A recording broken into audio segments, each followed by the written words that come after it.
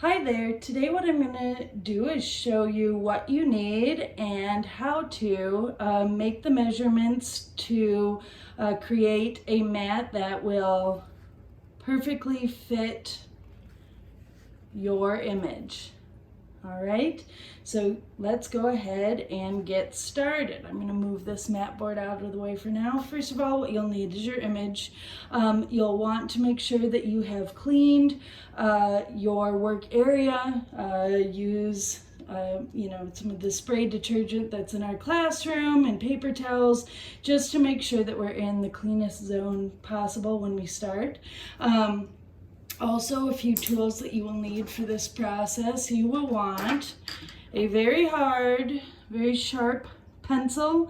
The measuring marks that we make on our mat board, we actually make on the front side of it. So you want to draw any of those measurements with a very light touch and a very sharp, hard pencil. That will help ensure that it's easy to erase those marks when you're finished. So I'd say softest pencil you should use on this is an HB. Also, have your sharpener ready. A blunt tip will give you imprecise measurements, and that will just lead to more trouble down the road.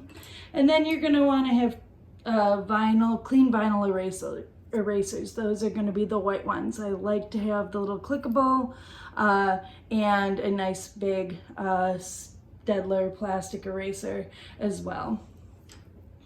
All right, the next thing, you'll want a few rulers. We're going to make our measurements in inches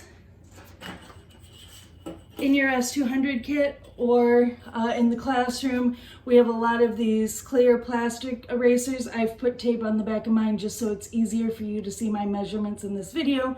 You don't have to do it. That's probably my favorite ruler to use. If it's not long enough, we also have a lot of these steel 36-inch rulers, which are long enough for your biggest dimension, being that our max dimension on our images this time is 35 inches, so that can be a good alternative.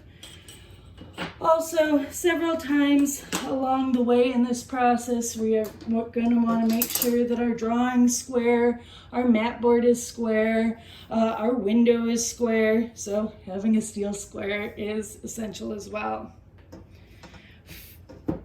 Last two things, a little scratch piece of paper to keep track of your measurements along the way, and I want you to pull up our Magic Mat Calculator, which is a tool that's embedded in the handout for this unit, and is an Excel file that does some of the essential calculations, making sure that your measurements are precise and your mat's successful when you cut it. Luckily, the math is fairly easy for mat cutting, but since we are having to apply our measurements to all four sides, it does become easy to miss one along the way. So the Magic Mat Calculator really does help ensure that that doesn't happen. We'll get into how it works in the next video. All right, so those are the tools you need. Next, I'll talk through measuring your image.